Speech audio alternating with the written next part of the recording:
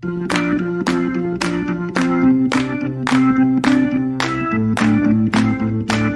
following statement was released today by Remember That Guy through their personal attorney and business manager David B. Falk, chairman of Falk Associates Management Enterprises Incorporated, located in Washington, D.C., in response to questions about the show where we mine our memories for nuggets of nostalgia about peripheral players past and present. I'm one of your hosts, James, and I'm back.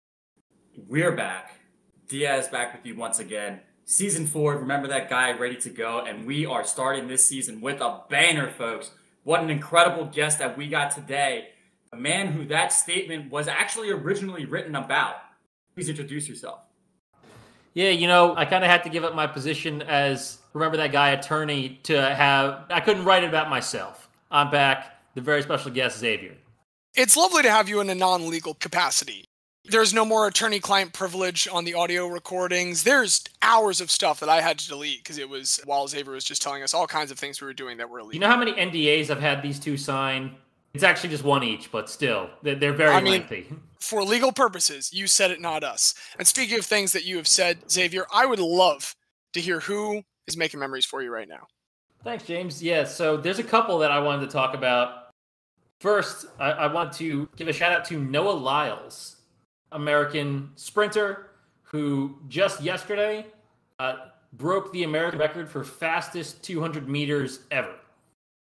At the World Championships, he ran a 19.31, which is 0.01 seconds faster than Michael Johnson's record that he set 26 years ago. It was a record that a lot of people thought would just never be broken by an American. I mean, most track records do not last that long, and for it to last 26 years was astounding. But at the championship yesterday, Lyles just had an incredible turn. By the time he got out of the break, was multiple body lengths ahead of everyone else. Collapsed at the finish line. It read unofficially 19.32, and then ticked down to 19.31, giving him the new record. He ripped off his shirt in celebration. It was very cool. The fact that people can move that fast really is incredible. But what really puts it in perspective, too, is I believe the second place finisher in that race finished like a 19.7.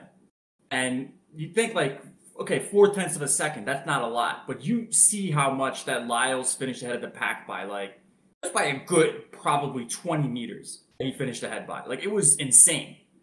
And it's always, I'm glad to see the 200 record. What puts it in context for me is in middle school, I was a bit of a track star.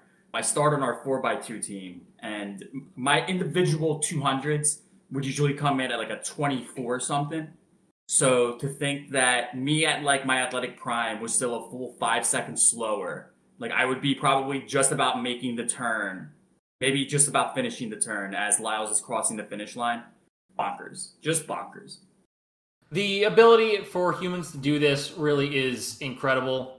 And it also does put into context just how good Usain Bolt is, because Usain Bolt still has the world record. This was the American record, but, I mean, he's also just a madman. I don't think anyone's going to ever touch what he did, especially at that height, because people forget that Usain Bolt was, 6'5", and sprinting is usually a sub 6 foot person's game. The shorter you are, less air resistance. But it was an incredible performance by Lyles. But I also want to talk about two incredible performances in women's sports that I think should get some credit. So, University of South Florida softball pitcher Georgina Corrick became the first pitcher in D1 softball history to earn the pitching triple crown this past season. We've talked a lot about the Oklahoma women's softball team, but we should give some credit to this historic achievement. Any of you want to guess the numbers that Miss Corrick put up? So, established the triple crown, we're talking wins, ERA, strikeouts. Yes. 0 ERA, 69 wins, and 420 strikeouts. Okay, yes, I know that's impossible. Wait. Because I'm going to make similar jokes, but on a slightly different thing. You're going to try a little bit. She had a .69 ERA. She had 420 strikeouts. And what's a funny single digit? Not single digit. I'm going to say 34 wins because it's as close as we can get to 69, and I'll round down from her. So, Georgina Corrick had 37 wins, a 0.51 ERA, and 418 strikeouts. Oh, so close. So close. She also had multiple perfect games. She had an 11-inning shutout where she had 19 strikeouts. And I believe she had 34 complete games. Price. What I like about softball, like with the pitching staff, is the starters are able to go much more frequently than in baseball. So, I mean, I'm figuring she's starting every other game, basically. She had 40 starts. 40 starts. And they probably played about 80 games. 34 complete games, 21 of them shutouts. So she pitched a total of 274 innings over the course of the season. So that's 85%, I believe, of her starts. She just went the distance. That's incredible. Yeah, it's ridiculous. These numbers are insane. So, shout out to Georgina Korick. The other person I want to give a shout out to, and I'm sure she's feeling a little sad right now based on what just happened. The Belgium women's soccer team goalkeeper, Nikki Everard. Unfortunately, Belgium did just lose in the quarterfinals to Sweden on a 92nd minute game winner. But the only reason that Belgium, who is not considered a top team in Europe and would have been an incredible shock to make the semifinals, the only reason they were still in it was because of their goalkeeper, Nikki Everard. She has been the best player in the entire tournament, in a tournament that's full of stars. The group stage, Belgium, with Nikki Everard in goal, prevented 5.5 more goals than they were expected to give up. Their XG for goals given up was 8.5. She only gave up 3. She saved 2 penalties and made an insane amount of saves. In today's game against Sweden, she was pulling a full Tim Howard moment of just stopping absolutely everything. Even on the goal that happened at the end, it only happened after she had come up for the cross from a corner, stopped the rebound, and then while she was on the ground after having saved the rebound, it just fell to another Swedish player 2 yards from the net. She was pretty much unstoppable, and after today's game would have had saved 7 more goals than expected in just 4 games. So saving their team almost 2 more goals a game for the entire tournament. And the thing about Nikki Everard is she is not a full professional soccer player. She is a semi-pro because the Belgian Women's Soccer League is not a professional league like America or France or Spain or England. Do you want to know what she does as a side job? Bus driver. Carpenter. She rents out bounce castles for parties. So much better than anything I could have possibly guessed. She was interviewed about this, and she said, "I'm an entrepreneur. I took the plunge and got into the business of bounce castles." She said, just before COVID hit, we tried to organize sports and football camps. These included a bouncy castle for the little brothers and sisters who were coming along to the camp. When we wanted to buy one, the seller surprised me by asking if I'd be interested in taking over his business. So she tried to rent a bouncy castle, and she did rent a bouncy castle. Then she wanted to buy one, and then just took over the business for the person that she was buying a bouncy castle from. And now she has a business where she rents out bouncy castles. And now she's expanding the business. Quote, initially there were 6 bouncy castles, but now there are 9. I also have ground sheets, trolleys for transporting the castles, and devices for inflating them. Soon my brother will be joining the business. Great. Good for them. I'm happy for this brother-sister Belgian bounce house bonanza. Good. What more can you say? Fantastic alliteration. I want to give a shout out to Brother Kev, who in his time as president of our beloved fraternity had his own bounce castles to deal with. That's the only thing I can think of right now. So, Kev, I'm sorry if this segment has brought back repressed memories. Speaking of memories, Diaz, who's making memories for you? So, making memories for me, what I was originally going to do was, from watching the MLB All-Star Game, my favorite segment of it was when David Ortiz was just running around the American League dugout, just bugging everybody that was there. The players, I think, were a little caught off guard by some of it, but baseball as a sport, I think, takes itself too seriously a lot of the time. And that's the kind of content that I don't just need that in the All-Star game. Like, there is no reason why on the Sunday Fox game of the day, game of the week, whatever you want to call it, Big Papi should just be in the dugout bugging everybody. In both dugouts the whole time. Like, the umpire should call time so that he can run across to the other dugout mid-inning. I don't need commentators. I don't need, there's a long drive to left field and that'll make it 4-0, and I don't know if I'm going to put this headset on ever again. I just need Big Papi in the dugout commiserating with the players. I absolutely love that stuff. But some late breaking news right as we started to record this podcast. So any wrestling fan will be well aware of this by the time that you listen to this on Monday. But as we record here on Friday evening, it was just announced that Vince McMahon has officially retired and fully stepped down from WWE. He will no longer have any operating stakes in WWE. Certainly to put it as nicely as I can, controversial man who's done many controversial things. And in fact, there's controversy is really the reason that has forced him out now. WWE and whatnot are going to act like it's for different things, but there is a lawsuit out against Mr. McMahon right now. So we would be derelict in our journalistic duties, which we take so seriously on this podcast, if we didn't at least mention that. Whether you like him, whether you don't like him, I think wrestling would not be as big of an industry as it is today if it were not for what Vince McMahon did. Did he underpay and screw over a lot of wrestlers along the way? 1,000,000%. But at the same time, WWE does a lot of great work for charity. John Cena in specific, I believe, is the most prolific. What's the word? He is the number one Make-A-Wish. Make-A-Wish. Yeah. The number one wish maker, I think is how I want to say that. Has But granted the most wishes, is the number one genie. extremely prolific in that. But look, for better or for worse, I just think it is worth acknowledging that Vince is now out. WWE is going to go in a brand new direction now. It's mostly going to be ran by his daughter Stephanie, and she's married to Triple H, Paul Levesque.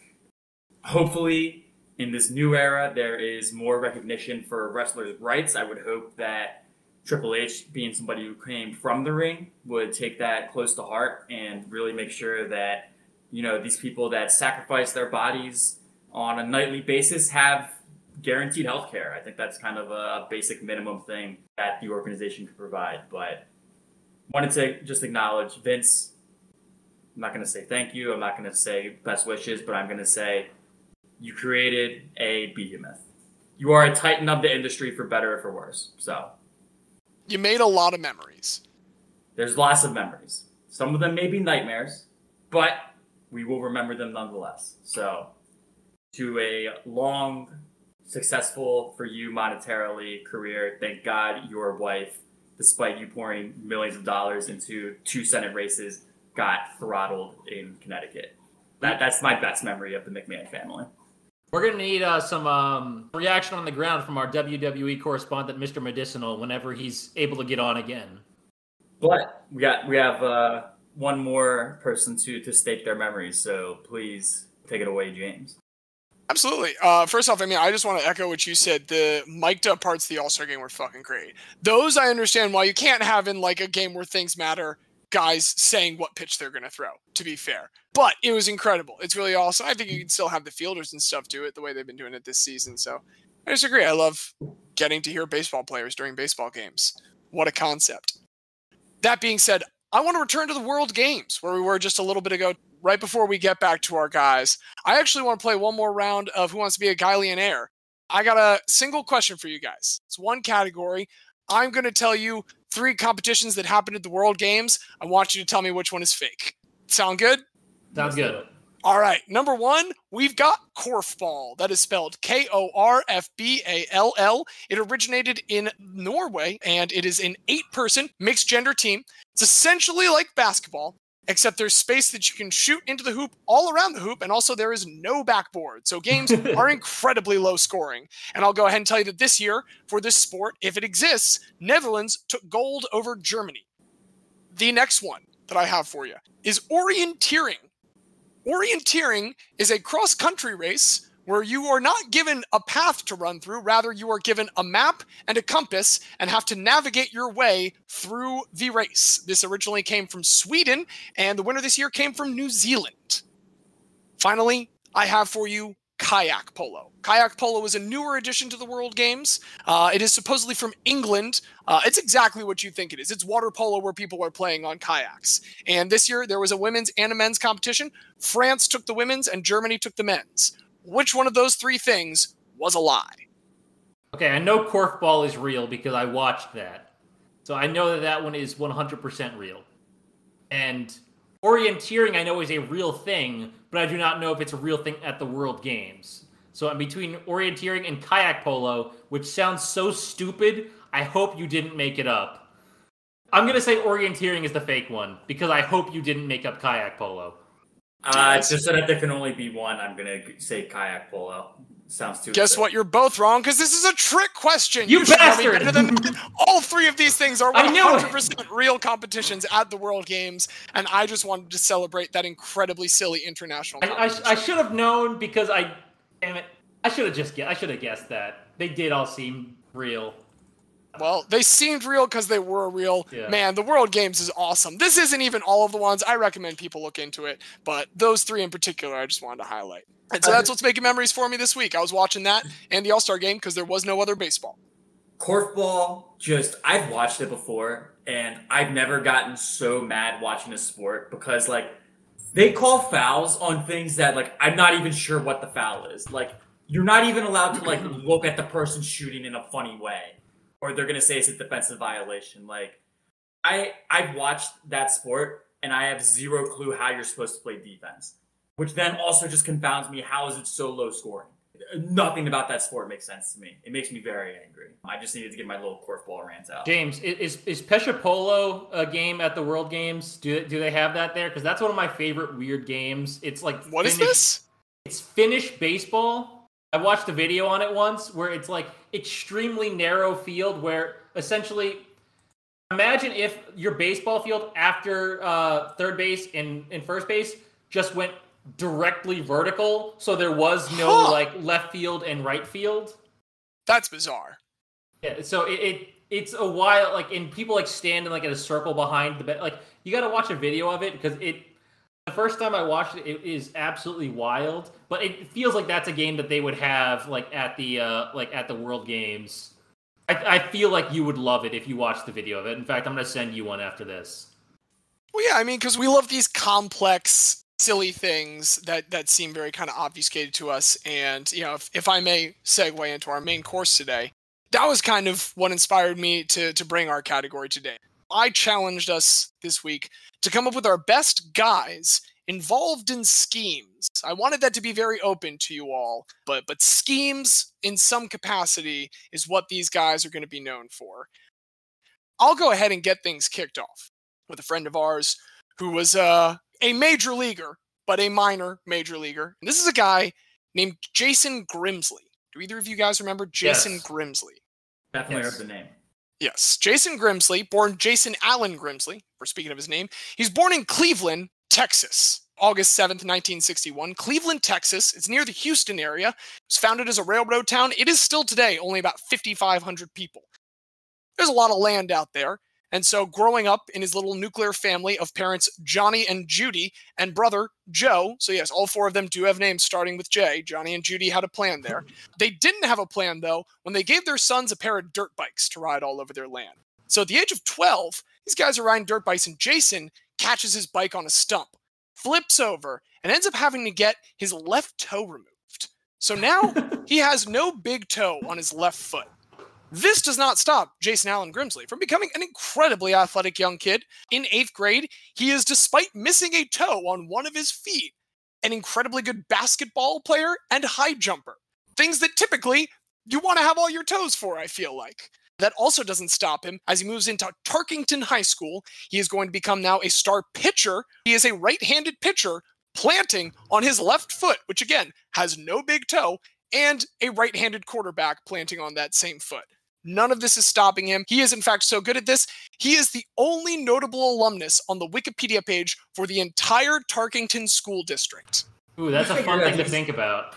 You figure there'd be at least like one person who's like, oh yeah, and like, this person like joined NASA or something.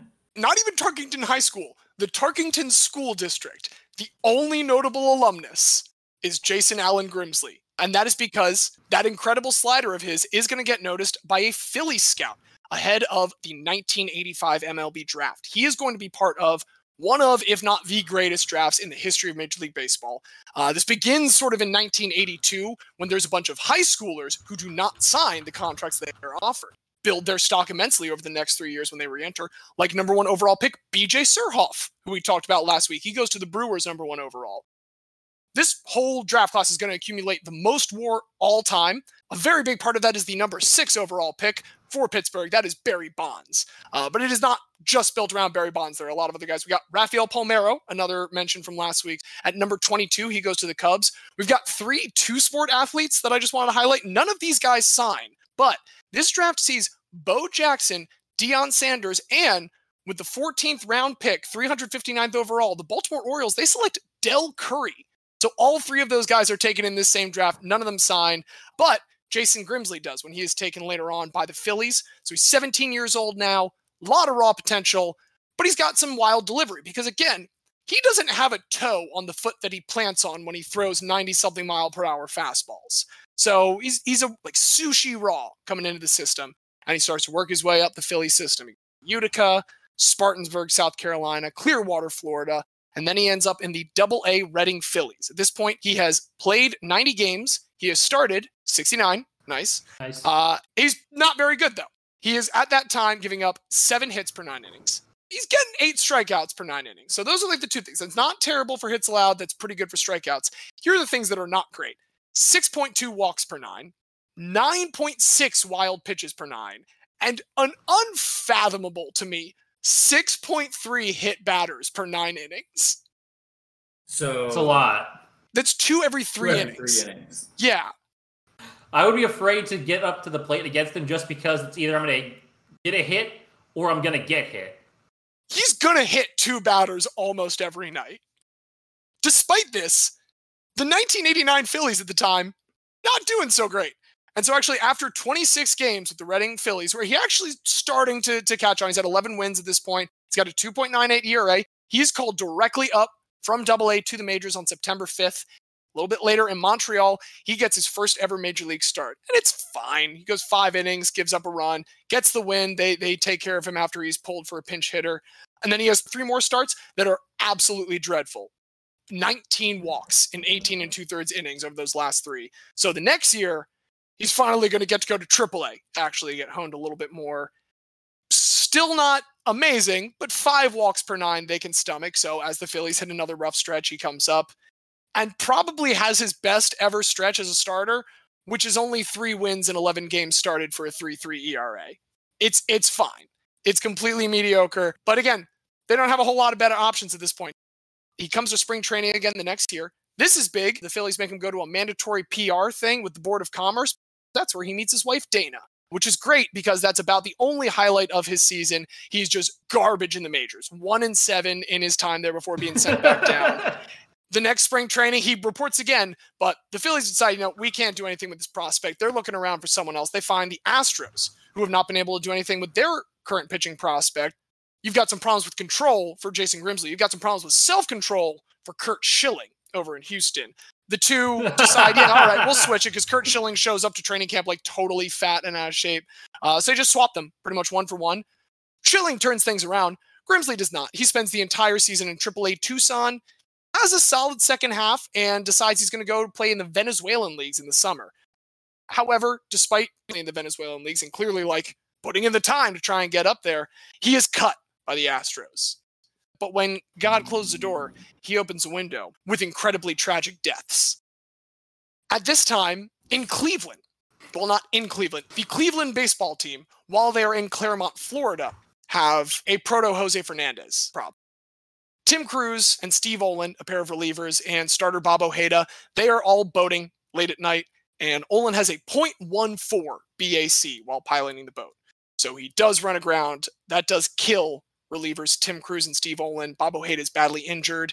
And so Cleveland starts here at the start of the season calling up everyone that they had from the minors. And to replenish the minors, they see that Jason Grimsley's available on the waiver wire, so he goes to the AAA Charlotte Knights. The AAA Charlotte Knights this year are a absolute dynamo. Go like 80 and 50. They are managed by your boy Charlie Manuel Diaz. Charlie Manuel is the manager for these Knights. Charles Fuqua. His middle name is Fuqua. Fuqua. Phenomenal. We've got Sandy Alomar, Manny Ramirez, Jim Tomei. We have Wayne Kirby, who is the former base coach for the Orioles, current base coach for the Mets. Quick shout out to him. He just had successful cancer surgery. Both Pete Alonso of the Mets and Manny Machado, formerly of the Orioles, gave him a shout out in pregame ceremonies before the All-Star game. But anyways, amazing Charlotte team. And Jason Grimsley is doing fine on there. So because all of these guys are just on the taxi squad, only 4 members of this minor league team never make it to the majors. Jason Grimsley eventually comes up in late August to help with the bullpen and rotation and just stabilize things a little bit. Just enough in 1993 to call him back up to the big leagues in 94. And 94 is where I want to get into the scheme that I knew Jason Grimsley for. There's an incident on July 15th, 1994. At the time, Cleveland has traveled to the Chicago White Sox Comiskey Park. And ahead of the game, the manager of the Chicago White Sox, Gene Lamont, he is informed that there's something weird about slugger Albert Bell. Bell notoriously liked corked bats. And Gene Lamont was told that Albert Bell currently was wielding a corked bat. So he alerted the umpires to this. The umpires decided they were going to confiscate Albert Bell's bat during the game. They would deal with it afterwards. Someone else would provide him with a different bat to use during that time.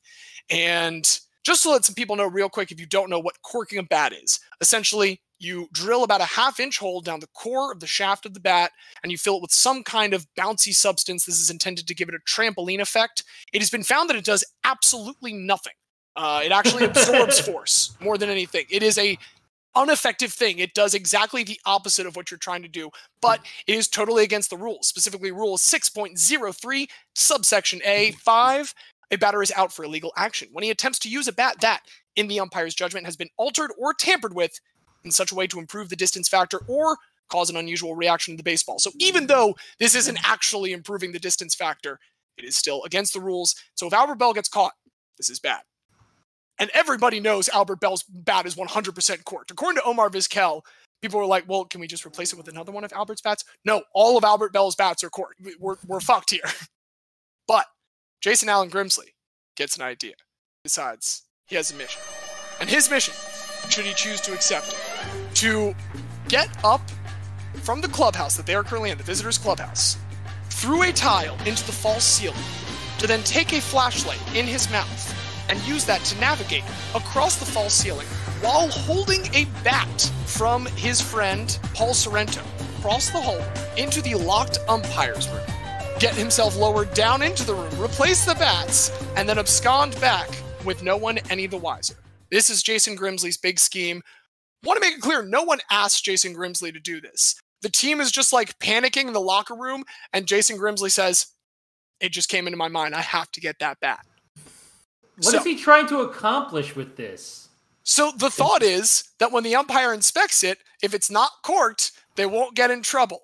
You gotta tamper with the evidence. Come on. Yeah, it's literally he is robbing, he is stealing evidence and replacing it with false evidence. Jason Grimsley goes across. He does actually manage to lower himself down successfully onto the fridge in the umpire's room. So he's gotten safely down from the ceiling now. And he successfully replaces Albert Bell's bat with Paul Sorrento's bat.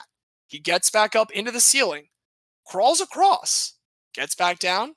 Albert Bell's bats are absconded with. They order some replacements. And for just a little bit, no one is the wiser. Now, after the game, umpire Dave Phillips, who we have to talk about for just 1 second. Dave Phillips is a baseball Forrest Gump. He is a Forrest Gumpire, if you will. Dave Phillips is the Forrest Gumpire. He has umpired 6 no-hitters. Basically, an umpire could be expected to see half a no-hitter in their lifetime. Every 2 umpires, one of them will ump a no-hitter. Dave Phillips has 6. He is also the crew chief for the Disco Demolition Night, if you've ever heard about that. Bill Veeck with the White Sox had all of these guys come destroy with TNT a bunch of records in the middle of a doubleheader, which unsurprisingly ruined the field for the rest of the day, and they forfeited the game. Dave Phillips was the umpire that day. Dave Phillips was also the umpire for the continuation of the George Brett Pine Tar game. Xavier, as a Yankees fan, is probably well aware that George Brett's originally called out because of pine tar in this game. Goes nuts. Yeah, George Brett gets incredibly mad. They overturn it. They have to restart that game with George Brett thrown out because he went nuts. Dave Phillips is the umpire for that continued one. Dave Phillips also, this is the last thing I promise for Dave Phillips. He is the first person to ever eject Gaylord Perry, who's a famous spitball pitcher. Everyone knew that Gaylord Perry was cheating constantly.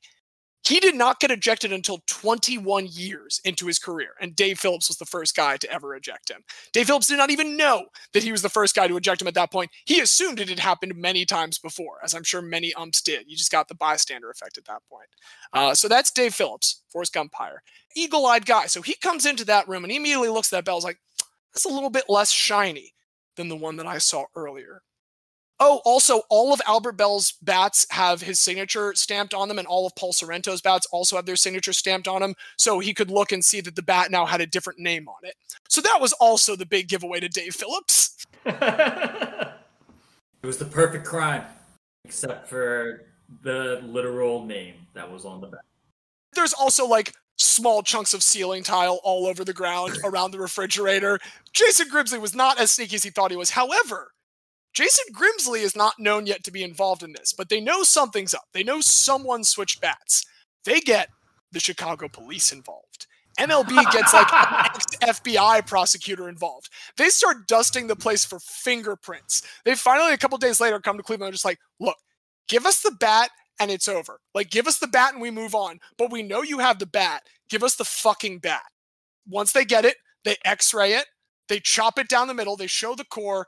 Albert Bell is suspended for 10 full games. He doesn't even finish out that suspension. It's 1994. MLB goes on strike. So all of this gets totally wiped under the carpet for a while. No one really remembers it by the time he finishes out that suspension next season. And for years, no one knows that Jason Grimsley is the one that did this. No one knows that Jason Grimsley is the one that stole the bat in Batgate. This doesn't come out until he's doing an interview with a New York magazine in 1999, 5 years later. Let's catch up to how he's gotten to New York in 1999. He's still with Cleveland in 1995, but by the end of it, when they actually go to the World Series, he's been sent down to their new AAA team in Buffalo. He has an absolutely terrible season the next season with the California Angels. It is by far his worst in all of his career. He hits 13 batsmen in this one. And then from 97 and 98, he is just going through the minors. He's going to Detroit, Milwaukee, KC, Cleveland again. He comes back to Buffalo. While he doesn't make it to Cleveland again, that is close enough to New York that he is noticed by the Yankees director of player personnel and former pitcher, Billy Connors. This is now in 1999. They very recently had a lot of success turning a failed starter into a very successful reliever with Mo Rivera. And Billy Connors comes to Grimsley with a similar approach. It's like, look, a lot of your stuff just ain't working anymore. Get one good modified breaking fastball and just do that to death. Whereas Mo has that cutter, he tells Jason Grimsley, develop a really good sinker. We've got a strong defense behind us, despite Derek Jeter playing it short. We're just going to get you all these ground outs. That's how you're going to be one of our shutdown relievers. Good to know nothing's changed over 20 years, because that's literally what they told Clay Holmes when they picked him up last year. Only throw your sinker. Don't throw anything else. And now he's an all-star closer, because they said only throw your sinker and no other pitches. I like that they have kept that consistency for 20 years. How we fix relievers is tell them to throw one single pitch. I mean, I hate to admit it, but the Yankees pitching staff seems to be doing pretty fucking well. They know their stuff. They know how to get the most out of who they got. And they get a lot out of Jason Grimsley. He actually pitches the second most innings in the bullpen that season. Pitches more than Mo. And so they make it to the playoffs. Now, here's the thing. You get to the playoffs, it's higher competition. You don't want to rely on BABIP anymore. You don't want to count that the balls being put into play are always going to be able to be fielded. So he does not, as a ground ball pitcher, see a whole lot of action in the playoffs. Doesn't play in the ALDS, which is a rematch against Texas, as Xavier talked all about last week. Doesn't play in the ALCS against Boston at all.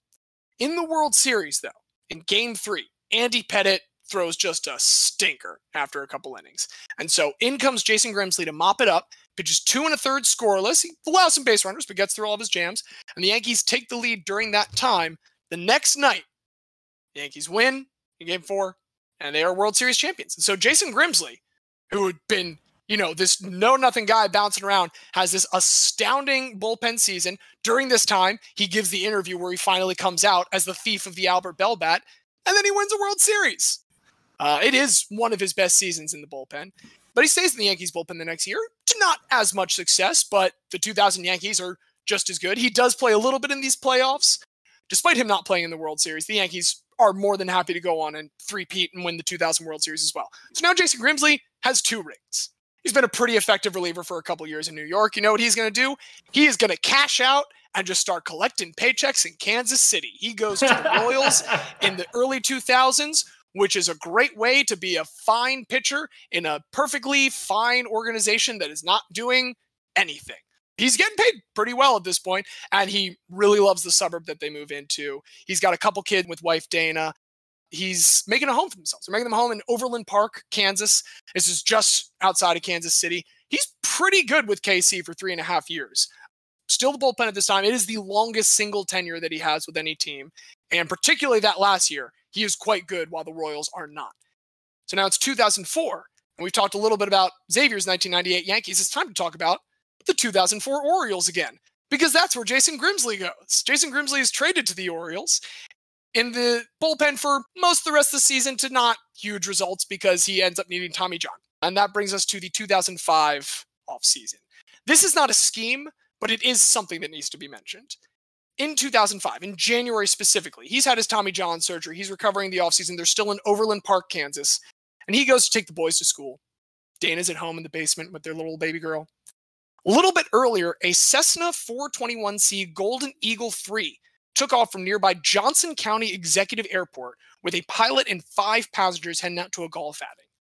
At 9:43, that jet crashes into the home of the Grimsleys. Jeez.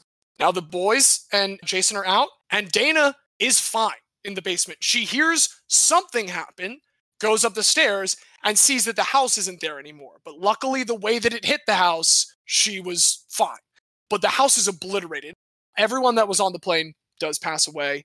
But the Grimsleys are in pretty good spirits. Jason particularly makes a point to notice, look, based on the flight path, we were told this guy did everything he could to avoid doing as much damage on the ground as possible. So God bless that pilot for trying to minimize the damage that was going to happen.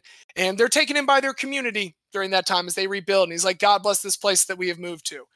So it just really reinvigorates his faith in humanity. He hopes it'll reinvigorate his career. He goes back to the Orioles that year, coming back from that Tommy John in July. But I'll go ahead and tell you, the 2005 Orioles fucking suck. And Jason Grimsley's not much better. So he is released after the season by the 2005 Orioles, signs with the Arizona Diamondbacks in 2006, and into the season for about 27 innings or so. He's pretty league average. Now it's May 31st. It's a 0-0 game entering the 13th. He is the 6th pitcher to come in this extra innings game. He is the first person in this 0-0 tie to give up a run in the entire game. He takes the loss, and it is the very last appearance that he ever makes in the majors. I initially picked Jason Grimsley because of that scheme that I shared with you earlier. Little did I know, this whole time, this is an amazing twist, Jason Grimsley was involved in another scheme in the background. Just a week later, it's an early morning at the Grimsley household, once again. And they hear a noise, once again, but it's not a plane crashing this time. It is a knock at the door in Scottsdale. It is the FBI.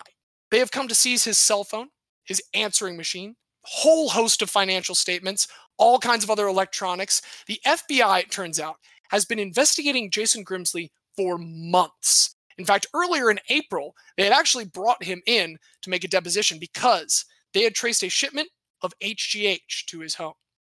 Turns out that this whole time, Jason Grimsley was a major distributor of PEDs and HGH throughout Major League Baseball. He had a whole deposition at that point where he named several players. A lot of them, frankly, include the 2004 Orioles, which was very heartbreaking to me at the time. I remember Rafael Palmeiro is on here, Miguel Tejada is on here, Brian Roberts, BJ Surhoff, Jay Gibbons. It's pretty brutal for the Orioles, I'm going to be honest. He was someone that was telling people, look, this is the way to safely use it. I am the way to safely get it. This had been going on for years. He does not actively cooperate with the Mitchell report that later comes out, but this forms the basis for the Mitchell report. All of this ties back to Jason Grimsley, a relief pitcher for years who's best known at this point for stealing a corked bat trying to hide through a ceiling. Like, what a life. What a fucking life, right? So here's what happens. He finds out when this raid happens that his deposition is about to get released. Now, they're going to black out most of the player names, but basically everyone's going to know he named names. You know, he broke the fraternal trust. And so what he decides to do, he gets this news actually in the visiting bullpen of Philadelphia. And so he goes to management. He asks for his immediate release. He goes to the locker room, confesses to all of his teammates, cleans out his locker immediately afters, and leaves. Never returns to baseball. He would have faced a 50-game suspension, but he retires and largely goes into anonymity. That's pretty much the end of Jason Grimsley's story. He's hardly made any public appearances since then. Honestly, it's kind of the way that, like, if you are someone that was running a steroid ring, I would want you to act just like, all right, yeah, I fucked up. You're able to find a few things that he's been involved with in his retirement life. He set up a baseball instructional facility, but, like, reportedly the building is just a nondescript warehouse. There is no mention of his name anywhere on there, just so that it doesn't make him out to be a pariah or anything.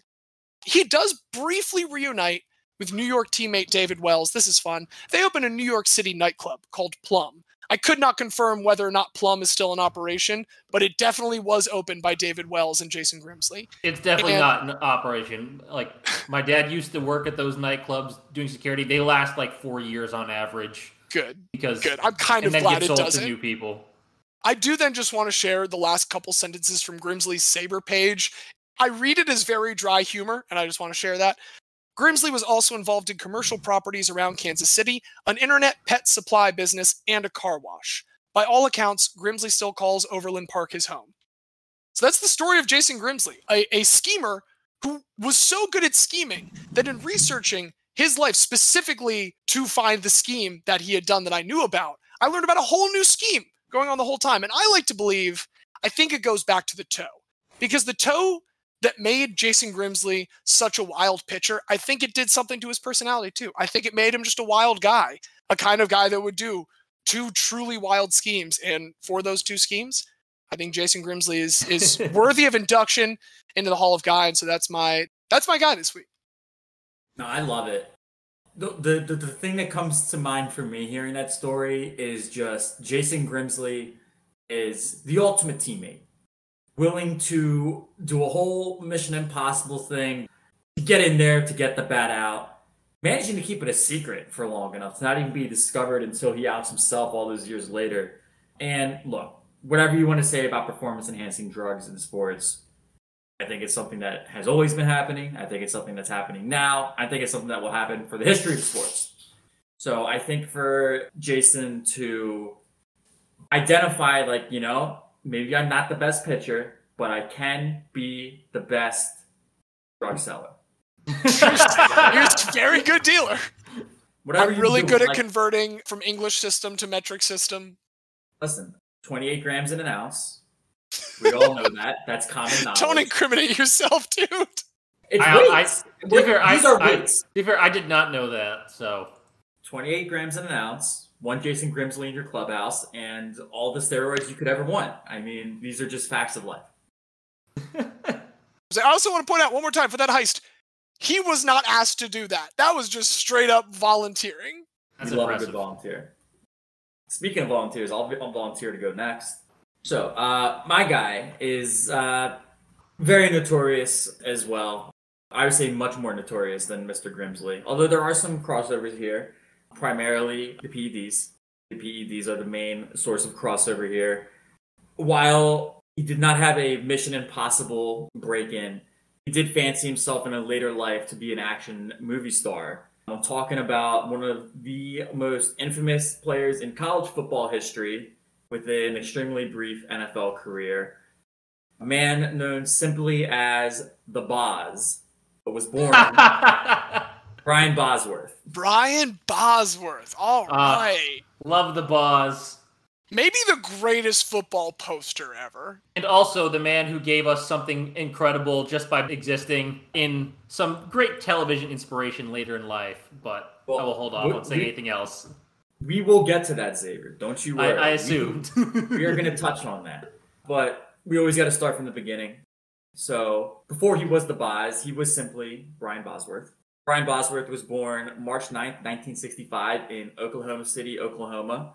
That is not where he played his high school ball. He actually went where all great football players go to play high school. He played in Texas, in Irving, Texas, at MacArthur High School. So this is very close to where the Cowboys play, is where he went to high school. While playing there, he was a two-time All-American his junior and senior seasons. So from the jump, already quite the talent at linebacker.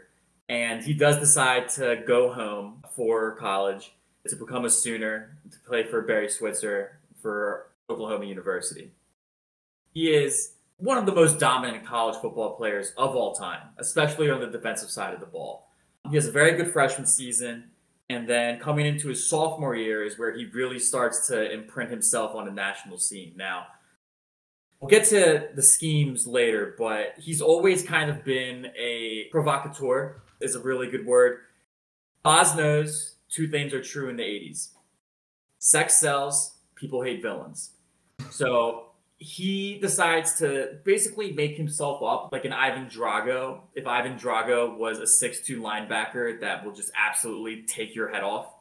That's kind of the look he's going for. That's where I feel his inspiration came from. I think it's a cross between that and like the high school prep school villains. You know what I mean? Like there's definitely an element of rich kid who's got everything and is trying to shut down the community center so his dad can build a strip mall. Listen, I have no doubt that the Boz in his day gave out plenty of swirlies to nerds that were just trying to make it to calculus. I have zero doubt in my mind that the Boz did this as often as he possibly could. But that's where it's interesting, and I would encourage anybody, if you want a deeper dive on the Boz, ESPN 30 for 30 on this subject is really good. Brian and the Boz. There's Brian Bosworth, but then there's the Boz. And in this era especially, he's leaning fully into the Boz. Sophomore year, he becomes this animal when he goes on the field. He becomes the Boz. And his sophomore year, he is incredibly successful. The Sooners as well are very successful. They go 10-1. Their only loss was a pretty bad loss at home to the University of Miami. But when the season ends, the Sooners are ranked third. Bosworth is named the inaugural Dick Butkus Award winner. And not only is Dick Butkus the funniest name in the history of sports, it's also the name of the greatest linebacker maybe to ever play the game. So he wins the inaugural Dick Butkus Award his sophomore year. He's also a unanimous All-American. And ranked number 3 in the country. They go to play in the Orange Bowl against number 1 Penn State. So this isn't quite a national championship game, but it's about as close as we're going to get. Miami, who they lost to, is ranked number 2, and Miami's playing number 9 Tennessee in a separate bowl game. Basically, the path here for Oklahoma to win the title, because this is back when college football had not even established the BCS yet. It was still, for some reason, like, yeah, okay, you go play there, you go play there. Who cares about determining a true champion?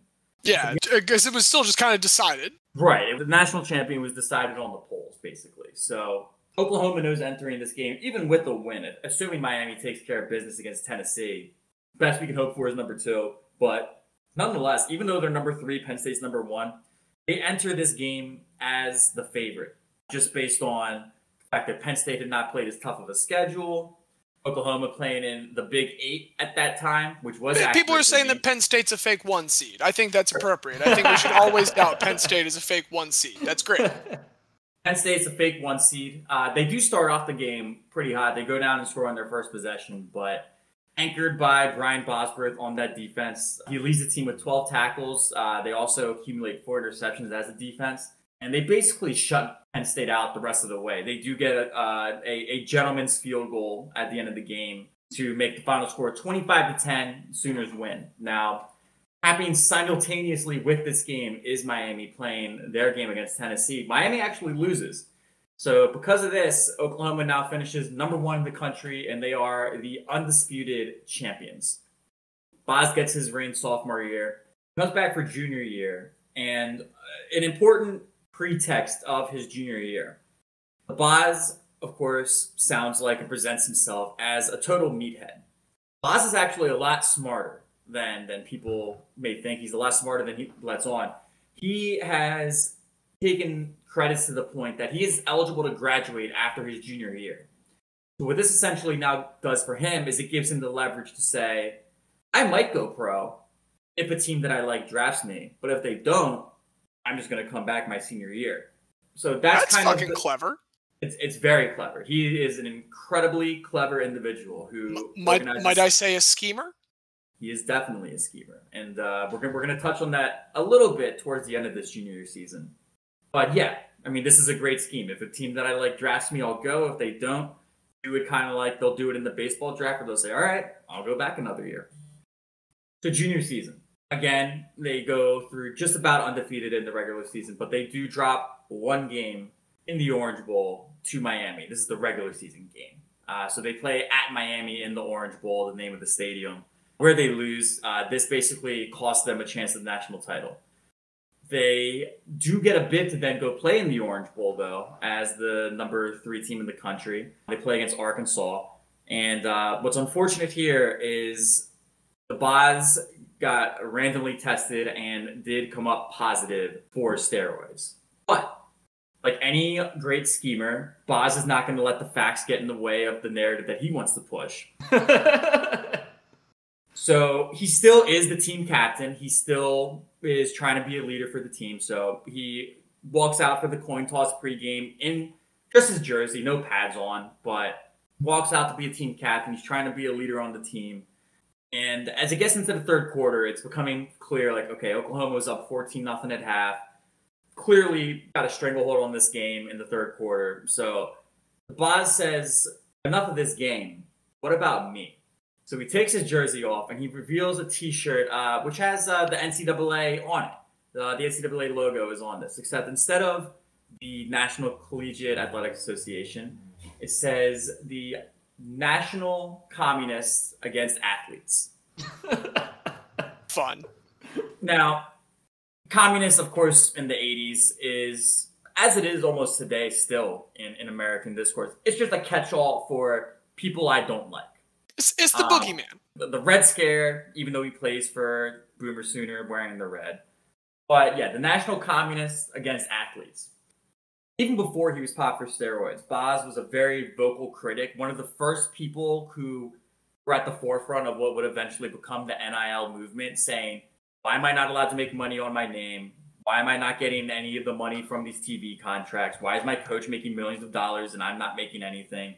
That's really what the NCAA shirt was about. But if he was able to play in this game, would he have worn that shirt? I don't think so. He's definitely trying to distract, as any good schemer would.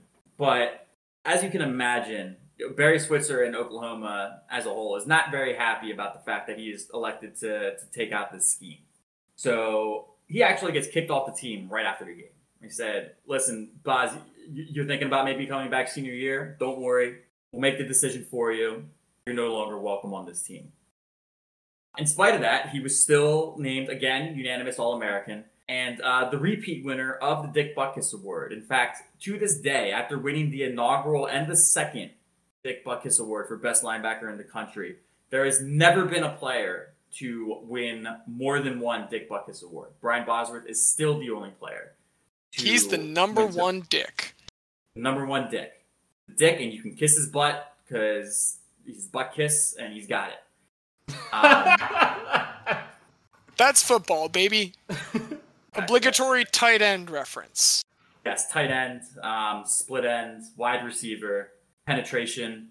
I think we've covered all of the euphemisms. We should move on. And we'll move on just as Boz did. Even in spite of this, Boz's leverage of being able to go back to Oklahoma is now gone. But that's not going to stop him. He's going to still write letters to many teams across the NFL saying, if you draft me, I will not report. His sole objective was to get drafted to the Los Angeles Raiders. Makes sense. They are the bad boy team of the 80s, and he is the bad boy of the 80s, so why not? It seems like it would be a match made in heaven. One fun fact, he wrote letters to all of these teams. One team that he did not write a letter to was the Tacoma Stars. If you've never heard of the Tacoma Stars, I'm not surprised. That's because they were a team in the now defunct Major Indoor Soccer League. Tacoma decided with their 12th round pick that they're going to draft a Boz. And their general manager says afterwards, he didn't write us to say he wouldn't play for us, so we figured why not. Of course, Boz doesn't sign with it. This is a glorified PR move, but I love it. I thought it was a fun little footnote.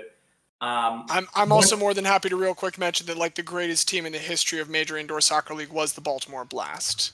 Of course it was. I know that. For the record, this is not even me being crazy. I'm fairly certain they do have the most championships. I didn't know Baltimore even had a team in that league. I didn't even know that league existed until I started doing my research. So anything you tell me, I fully believe it.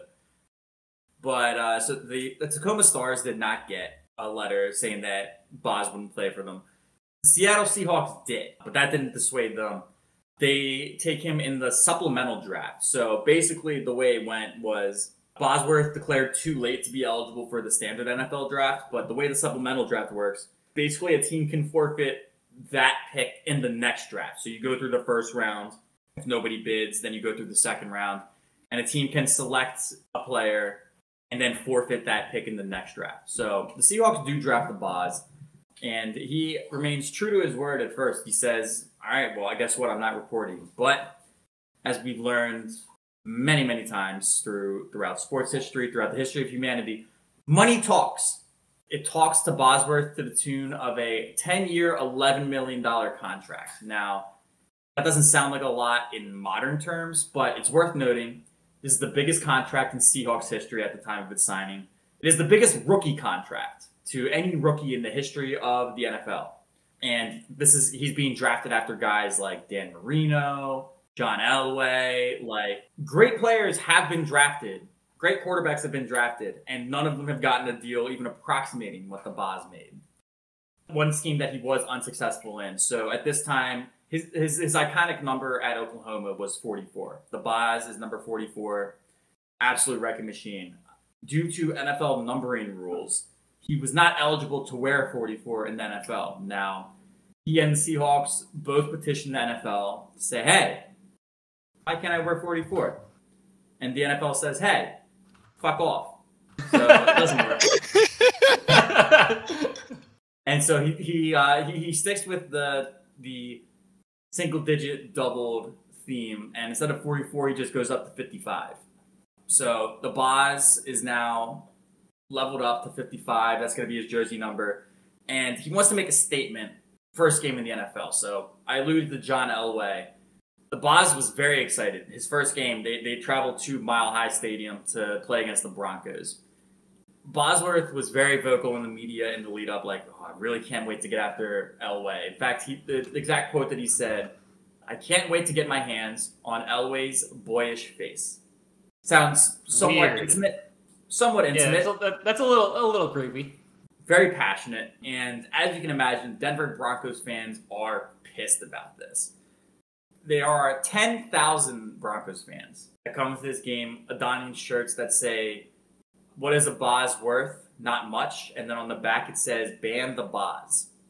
That's a pretty good shirt. Credit to them. That is actually a pretty good turn of phrase for a massive shirt campaign. Oh, it's an amazing shirt, and the person that came up with it should be applauded greatly, which is why I want to applaud Brian Bosworth for his incredible scheme that he managed to pull. Bosworth would write afterwards, if they had looked inside the shirt at the little tag that said Boz 44 Incorporated, they would have realized that they paid $15 for a shirt made by my company. We gave all the profits to the Children's Hospital. I just wanted to prove how oxygen-deprived Denver fans are. Shit! God, oh, fuck, you told that very well. Thank you. I mean, it's an incredible scheme. It is a great scheme. Like, if you're gonna be the villain, you might as well profit on people hating you as well. So that was kind of Boz's whole MO, and like that was the scheme really that I just thought was amazing. I absolutely loved it. But in spite of his great scheming, it didn't make a lick of difference on the field. They lose this game 40-17. But moving on, there was another marquee game in the Boz's rookie season. They beat the Raiders in their first matchup, and going into the second matchup, Boz is feeling confident. So, James, you alluded to Bo Jackson earlier being drafted in the MLB. Of course, he did become an MLB All-Star eventually, even though he did not sign in the same draft as Jason. But obviously, he's also very well known as an incredibly successful running back in the NFL for those LA Raiders that Boz wished that he'd been able to play for. But so he's feeling confident from the fact that they beat the Raiders in the first game. And Bosworth proclaims very confidently, he said, "I'm going to shut down Bo Jackson. Bo Jackson's not doing anything in this game."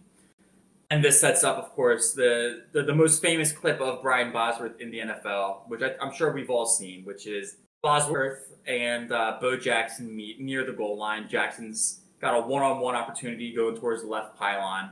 Bo Jackson squares up the Boz and just puts him right on his fucking ass. Like, it's not even like they stood up for a little bit and then he got ran over. It's like, no, He like... just knocks him over.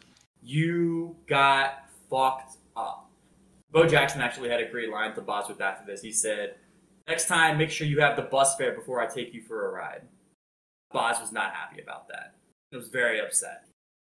Has come to terms with it later. Of course, there's I forget what company the car was, but there's a car company that signed them both for a commercial fairly recently, and Bosworth gets run over by Bo Jackson in an SUV.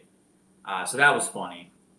They also lose this game. They get blown out. So you would think... Starting to think that Brian Bosworth, maybe not super great at NFL football. Well, what the issue really was for him, from the hits that he was laying, his shoulders weren't holding up super great. I'll touch on that more in a little bit. But in spite of Bosworth having his schemes turned on his head at every corner this year, they finished the season 9-6, and they do get a wild card berth. They go to the Astrodome, where they play the Houston Oilers, and they lose 23-20 in overtime. So a hard-fought game, but they're not able to pull it out. Boz started all 12 games in which he played this year. He did miss a couple because of that shoulder problem. And he also racked up 4 sacks. I wish I had tackle numbers. I wanted them for both his college career and for his NFL career. They just didn't track tackles back then, which is insane to me. It's the most fundamental defensive stat. It's incredibly simple. It's such an easy thing to be like, okay, so-and-so ran for 6 yards. Hey, who tackled him? Okay. Well, and also, like, it's just the fundamental task of a defender is to tackle somebody. You're not going to record them doing the thing they're paid to do. It strikes me as incredibly odd as well. But c'est la vie. That's how they did it. They come back for the 1988 season. And, again, Boz has these shoulder problems, but he's playing through them. Week 10, he takes a pop, and it just makes it a lot worse. And he's not able to return that season. He does come back for the 1989 season, which is his third year. He's able to play in 2 games before he realizes, like, my shoulder cannot handle this anymore. It's just not going to work. So he is forced to retire. Upon his retirement, team doctor Pierce Scranton Jr. said that Brian was a 25-year-old with the shoulders of a 60-year-old. He flunked my physical. But it's still good because, like any good schemer, you can bet that the Boz took out an insurance policy on himself. And in 1993, he is awarded a $7 million lawsuit settlement against Lloyd's of London. Lloyd's basically argued that this was a degenerative condition that he had. He was found to have arthritis in that shoulder, and that would have not been covered by the policy. But the Boz successfully argued that it was the result of a single hit, and that's why his shoulder was messed up. That was the straw that broke the camel's back enough, at least. Sure. I mean, but even though he missed games in the first season because of shoulder problems, even though he missed games in the second season because of shoulder problems, he is a good schemer. So he's able to argue successfully and get his $7 million lawsuit. Now, he could just sit pretty on all that money after that, but he's like, I'm a decent-looking dude. I have this kind of villain thing going on. Everybody knows who I am. Let me go to Hollywood. So he goes to Hollywood, and he instantly, in his first film, he stars in a movie called Stone Cold. He is a tough cop that's frustrated that criminals get treated easily. He's suspended for excessive force. And he ends up having to go undercover and fit in with one of these gangs. I'm not going to spoil the whole plot in case anybody wants to go watch it after this. But I will say, he won an award for this performance. He won a Razzie for Worst New Star. And the film grossed $9 million against its $25 million budget for a $16 million loss on that movie. His trophy case is now 2 Dick Butkus awards, which is more than anyone else has ever won, and a Golden Razzie. And a Golden Razzie. He continues to appear in B-list films, B-list action films, like up through modern day. He appeared in The Longest Yard, where he was one of the prison guards. And he was also in, as Xavier was alluding to, Blue Mountain State, where Thad Castle, one of the main characters of the show, has a drug-induced visions in which he visualizes Brian Bosworth as literally God. Brian Bosworth is his God. It's a great scene, great show.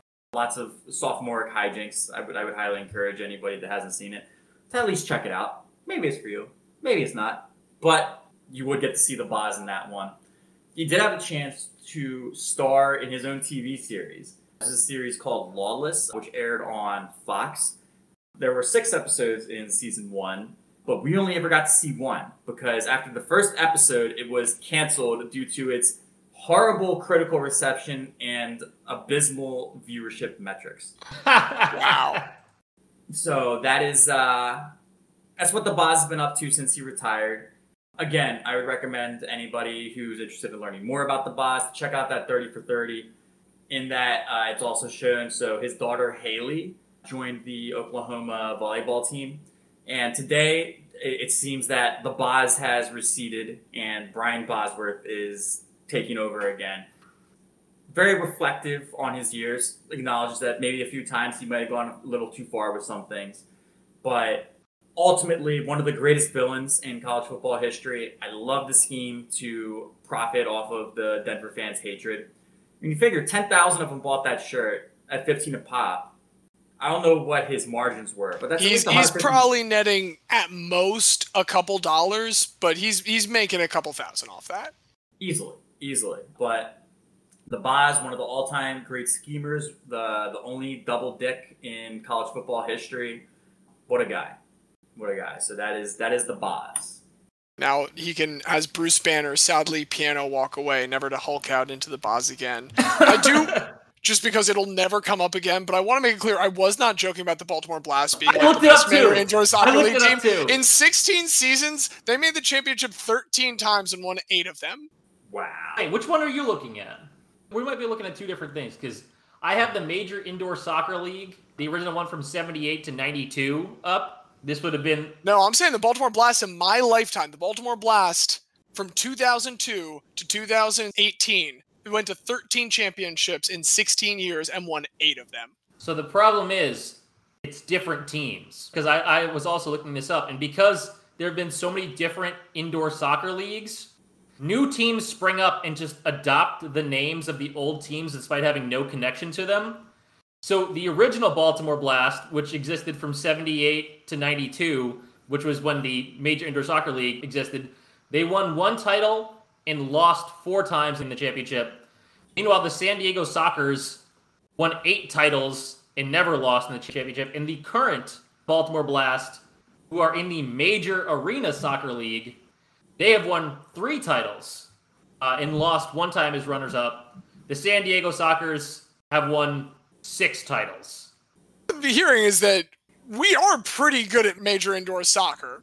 Weirdly enough, the 3 best teams have been the San Diego Sockers, the Milwaukee Wave, and then the Baltimore Blast. In the original... Does Milwaukee have a strong naval tradition? Because both Baltimore and San Diego can claim a strong naval tradition. Perhaps there's something to that. Anyway, Brian Bosworth, am I right? Brian Bosworth, baby. Love the Boz. Very good schemer.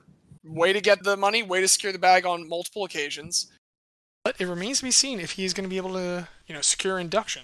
We've got 2 pretty good candidates already, and I would love, Xavier, to hear about who our 3rd candidate for induction is today. Yeah, so I'm going to start with a bit of a story here.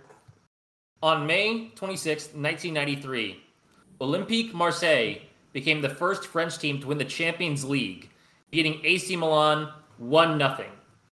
The celebrations were immense throughout the south of France, as Marseille celebrating this first Champions League title and also a League and Champions League double after they had previously won the French League a week earlier. This was a culmination of years of progress for Marseille, who at this time were the largest and most supported club in France, and who had won 4 consecutive French League titles coming into the 92-93 season. But European success had so far eluded them. The closest they had come was a 0-0 loss on penalties to Red Star Belgrade of Serbia in the 1990-91 final, in a game where Marseille had missed multiple starters due to injury. On the fields, after the game, during the celebrations, the president of Marseille, a man named Bernard Tapie, stated that, quote, "We were absolutely sure of winning. None of us had any doubt." And when Tapie says that, he meant it. Bernard Tapie was a businessman who had amassed a fortune by buying bankrupt companies in the 70s and 80s and turning them around for a profit. He was also a pop singer, the owner of a Tour de France winning cycling team, owner of the longest sailing ship in the world, which he set a record for crossing the Atlantic Ocean in the quickest amount of time, and a politician. The classic quintuple threat. An article from 2018 called him, quote, "Trump before Trump, a typhoon of populist charisma whose Hollywood smile was paired with scheming brown eyes."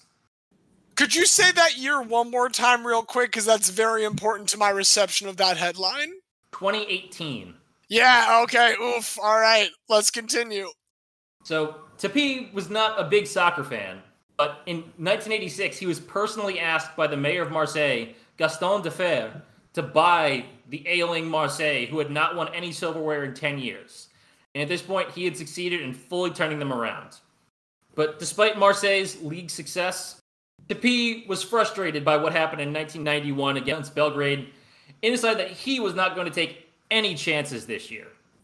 Prior to the last game of the season, Marseille were in first, but needed a win to ensure that they would capture the title over PSG and Monaco. This game was only 4 days before the Champions League final against AC Milan, which was going to be held in Germany.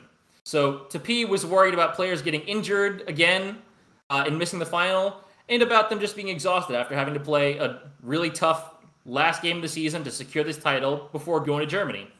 So he did what any good president would do. He had his player, Jean-Jacques Idolet, contact Valenciennes players Christophe Robert, Jacques Glassman, and Jorge Burachaga to offer bribes in exchange for Valenciennes throwing the match. I love it. I don't love that he's not doing his own dirty work. You shouldn't make the players do that. You should not be putting the players in place to get a suspension. You need them in case you get found out. So the reason he had this specific player contact them was because this specific player had played with these three players on a previous team, FC Nantes. So in 2006, Idolet described the event, quote, "Bernard Tapie said to us, 'It is imperative that you get in touch with your former non-teammates at Valenciennes. We don't want them acting like idiots and breaking us before the final with Milan.'" Okay, that's fair. That's fair. There's a phone call between Tapie, Idolet, and the Valenciennes players. Robert and Burachaga accepted the bribes. Burachaga later said that he said yes, but never actually took the money. Glassman said, "No, I'm not doing this." But Idolet meets with Robert's wife in a darkened parking lot and gives her an envelope with 250,000 francs. Robert pledged to get the Valenciennes team to throw the match. On the day of this match, Robert fakes an injury in the 23rd minute after a very innocuous challenge and walks off the pitch, saying, I can't do it anymore. I can't play." The normally combative Burachaga, who was known for getting very up in referees' faces and complaining about every single decision, spent the whole game walking around the pitch and not doing anything. At halftime, Glassman goes up to his manager, Boro Primorac, and tells him, "Hey, these guys were bribed." Yeah, I was going to say, is anyone saying anything about this? Jesus. Going off to the second half, Glassman contacts the referee, says, "Hey, some of the players on our team are trying to throw the match," although he did not name the players who were doing it. So the referee notes the accusation in his match report, and police come to briefly speak to some of the Marseille players after the game, but nothing else comes of it. Until 2 weeks later. So this is after the Champions League final, after the celebrations have already gone on, and Robert contacts a local magistrate and says, "Hey, I took a bribe to fix the match against Marseille." The police raids his aunt's house, and he shows them in her back garden, he had buried the 250,000 francs. He later said, "That cash stank so much I had to bury it." So he took the bribe got his wife involved to take the bribe, then immediately buried the money at his aunt's house. Couldn't live with the hideous ticking of the heart. So the police contact Tapie about this, and he claims the money was a loan for Robert to start a restaurant. The police are like, huh. And then they have to go back to Robert, who says, no, I swear it was a bribe. I swear he was bribing me. So the French police raid Marseille's headquarters, and then they went to the Marseille preseason camp, which was up in the Pyrenees, because they were doing high-altitude training. And they take half the team away for questioning. Idly admits to paying the bribe and was arrested and put in jail for, quote, active corruption, along with Marseille's GM Jean-Pierre Bernet. At this point, Tapie is still trying to distance himself from it, but his player and his GM are now in jail for active corruption, and the person who was bribed has, essentially turned into a witness for the state. So in September of 1993, the French Football Federation, the FFF, they removed Marseille's league title, and UEFA bans them from competing in European competitions. However, because the cheating did not take place in the Champions League itself, Marseille was allowed to retain the 93 Champions League title. So they still got what Tapie wanted. They still have that. To this day, they are the owners of the 93 Champions League title. Yeah, and the Astros are 2017 champions. So, a still defiant Tapie was ordered to step down as president of Olympique Marseille and banned for life by the FFF. This investigation took a long time. The next season, Marseille finishes second despite all the ongoing legal troubles, but then get forcibly relegated to Division II and forced to stay a second season in Division II due to financial irregularities. Tapie is initially protected from any legal charges because, once again, he's a politician. He's actually a member of parliament for Marseille at this point, so he has parliamentary immunity. And so the police can't do anything to him until he gets voted out. Finally, in 1995, they are able to take him to trial. During the time before that, he also tried to bribe the Valenciennes manager, Primarach, to take the blame. So while being investigated for one form of bribery and being safe by parliamentary immunity, he tries to bribe someone else to take the fall for bribery. He is Donald Trump, man. He does not want to be left holding the bag at any point. This trial finally takes place in 1995. It's Tapie, Idly, and Bernet. Idly and Bernet both admit to corruption right away, but say it was all Tapie's fault. He ordered us to do this. It was all him. If anyone should be punished, it's him. Bernet claimed that the club used match fixing 5 to 6 times per season, which was not substantiated during the trial, but essentially it was, hey, we swear it's Tapie. This is his MO. He does this all the time. Tapie gets nearly thrown out of the courtroom as he repeatedly interrupts proceedings and accuses the judge of following political orders to conspire against him. At one point, he shouts at the judge, "The search for truth demands that you should not say any old thing." The judge responds by saying, "I will not allow myself to be abused by you." And Tapie retorted, "Nor will I." He's absolutely absurd. I've just been thinking since you said the immunity of the diplomatic immunity guy from Lethal Weapon 2, just fucking bloviating around. As you might expect, this is not a very good defense. Tapie does get convicted of both match fixing and fraud, and he's sentenced to 2 years in prison. Although he gets out after only 6 months. Of course he does. When he got out of jail, he was interviewed by a reporter and said, quote, "I am Edmond Dante. I will come back and crush all." And guess what Tapie did? Take over another soccer team and bribe a bunch of people so that they won again? He became a famous theater actor in France. Hey man, that's not how the Count of Monte Cristo goes. That's not taking revenge. He earned rave reviews for his performance as Randall McMurphy in One Flew Over the Cuckoo's Nest, in the highest form of French theater, and then became a television actor, where he appeared in multiple TV series and movies. His son also kept the Tapie group alive and made a lot of money with a sports betting company that they sold for big bucks. just going to go ahead and ask, because I think the family has deserved this level of scrutiny. Has there been any implication of impropriety with that sports betting company? Not that I could find. They sold it early enough in 2008 where I could not find much about the company they sold it to. I'm assuming it's probably like a shell company for some bigger French company or anything like that, but couldn't find anything about any improprieties about that. But I mean, just based on how business works in the whole world, I wouldn't be surprised. I had mentioned earlier that Tapie was a politician. The way he got into this, he had become friends with socialist president Francois Mitterrand, who had helped him win the seat for parliament in Marseille.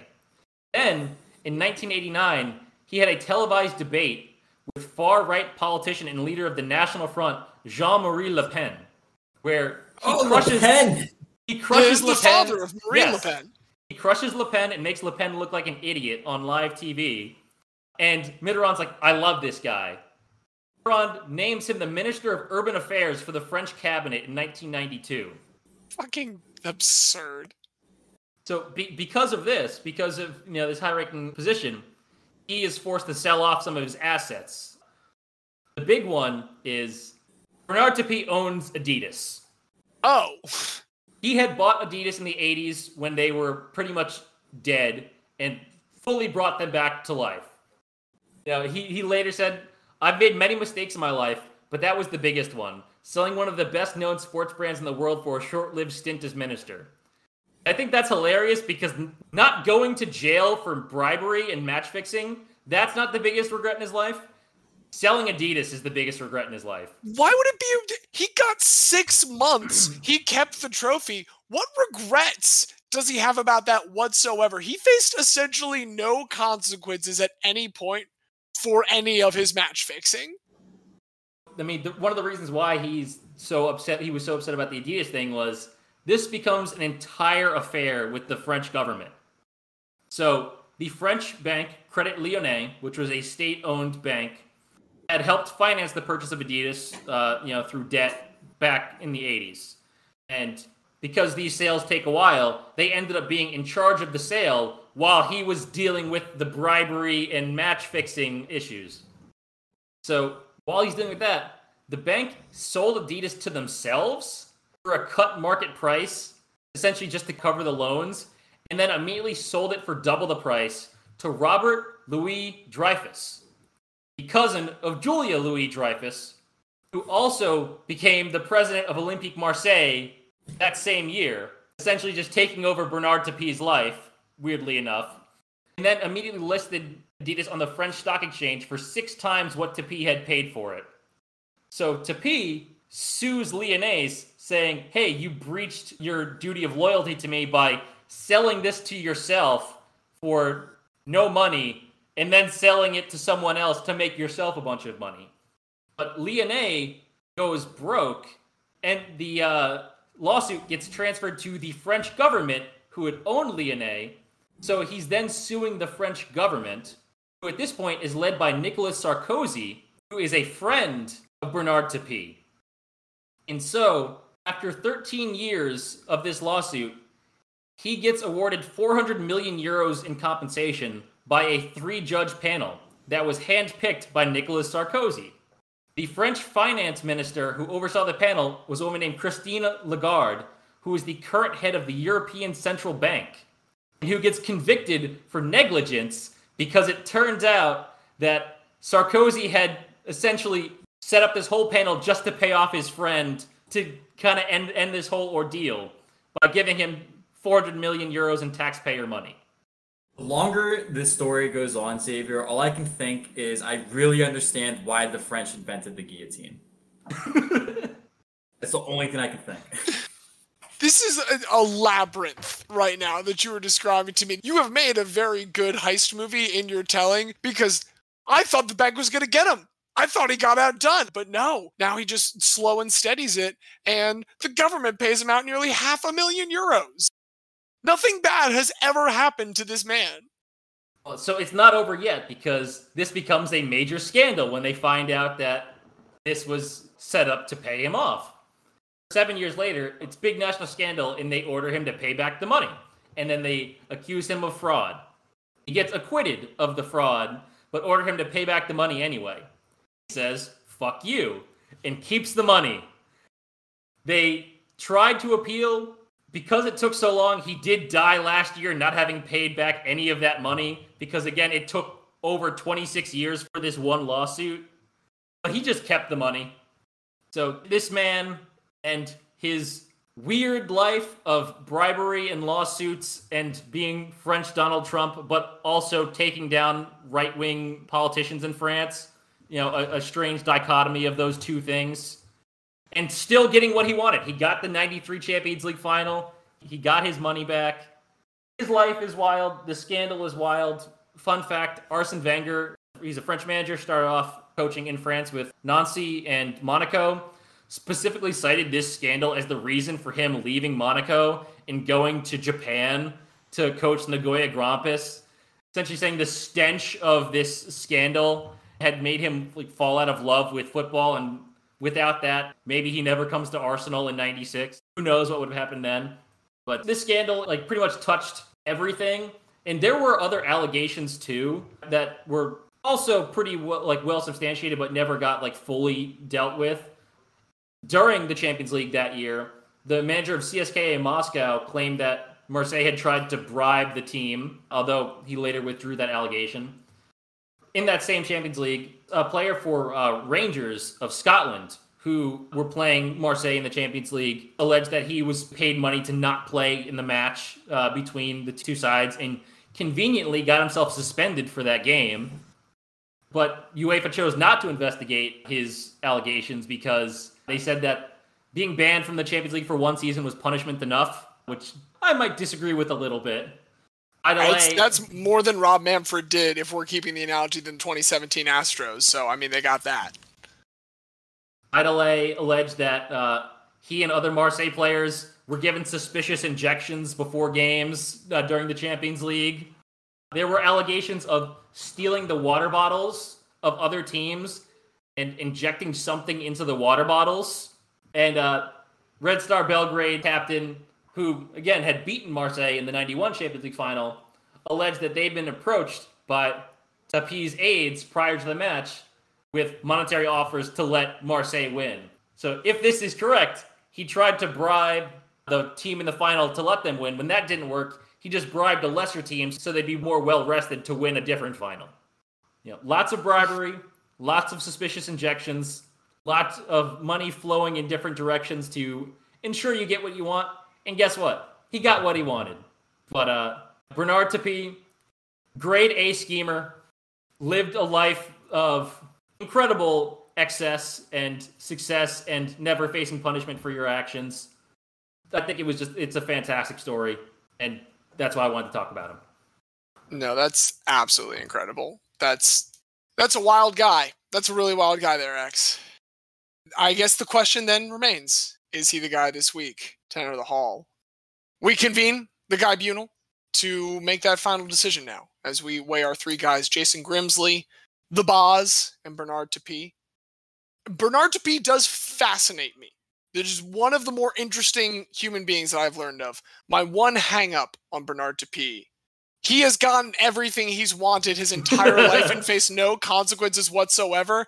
And I'm not even saying that he's not going to remain in the back of my mind, but I feel like it's too easy for him to get this now. If it makes you feel better, he did last year have a home invasion where robbers came and beat the crap out of him and his wife, and then he died of cancer. That doesn't make me feel better. Say, the last year of his life was maybe not the best compared to everything else that happened. I love the Jason Grimsley story.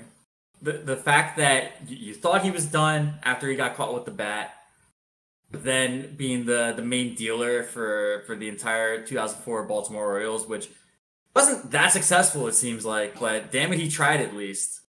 I did not go into this anticipating to just fully get into why the team that I described last week, helping me fall in love with baseball, is also one of the most heartbreaking teams in my entire lifetime. I was going to move past that, and yet somehow it managed to come up this week. I want to induct Thad Castle. Can we just induct Thad Castle? Thad Castle basically is just the fictionalized version of the Boz. Yeah. We've never done a fictional character, right?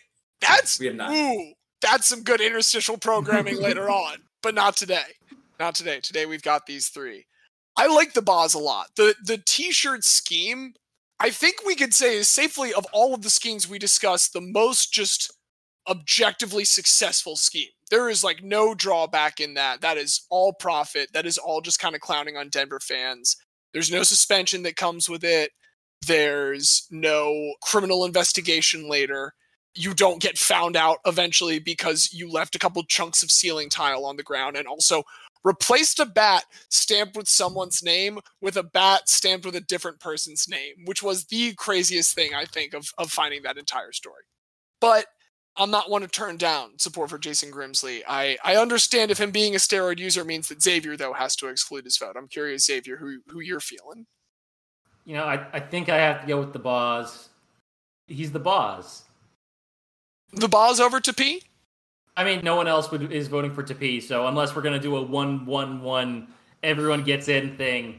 I want you to speak your truth. I don't want you to just, like, settle for somebody. Who of these three are you feeling? I mean, I had fun with Tapie. I like Tapie a lot. Tapie's fun. If you want to try and make a final pitch for Tapie. It is fun. It is fun to pee. Learning Tapie, great. Highly recommend it. I'll go with the Boz. I like the Boz. Okay. I will go ahead and say Jason Grimsley. Diaz, are you locking into Grimsley? I am a Grimsley vote. Okay, then Jason Grimsley for two schemes. And again, most schemers fail in the end. We got to recognize most schemers do fail. But I'm glad that we did not fail to come to a 2-1 mixed consensus on Jason Grimsley and Diaz. I don't want to take any more time away from you doing the honors. Of course, it is a great privilege and an honor to induct one of the most prolific drug dealers in the history of Major League Baseball. Also a man that will go to any lengths to hide his teammates' indiscretions, whatever they may be, and to protect the team and in service of the team. It is a tremendous addition to this illustrious Hall of Guy, Jason Allen Grimsley. Welcome. Welcome. Perhaps this will help you emerge from hibernation a little bit. I think it's been enough time. I think we're ready to welcome you, Jason Grimsley, because you know what? That bat story's hilarious. I would love to get your account of that, please. Again, Mr. Grimsley. Tell us now that video exists in the world. But yeah, welcome, man. Well, with that, we have reached the end of another phenomenal installation of Remember That Guy. We're excited to get back to our bread and butter. I do want to mention that with this coming out on Monday, weather permitting, you may be listening to this as I do a very stupid thing, which is try to bike the 115 miles between Baltimore and Philadelphia.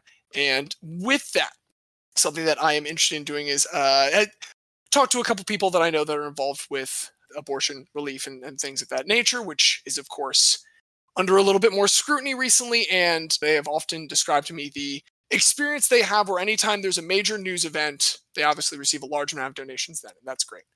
Even a couple weeks later, that is often slowed to a bit more of a trickle. So with that in mind, I'm going to be putting 10 cents towards every mile that I do manage to get from that towards donations about the Baltimore Abortion Fund, which you can find more info about at baltimoreabortionfund.org, as well as our end destination, the Abortion Liberation Fund of Pennsylvania. You can find more information about them at abortionfundpa.org. So consider maybe doing a similar thing. Feel free to follow us on the Twitter at RememberGuysPod. We will share the information if you want to see how far this dumb idea can go. And just wanted to leave with that as we now sign off. Anyone else got anything else to add? Excited for your ride. Excited for your ride, James. That's all. I'm feeling feisty, and we'll leave it at that. And as we leave, I've been your host, James. I've been the very special guest, Xavier. And I'm Diaz, and I'm going to go pick up some dinner. Do you guys want anything? I'm thinking Pad Guy. I think that's actually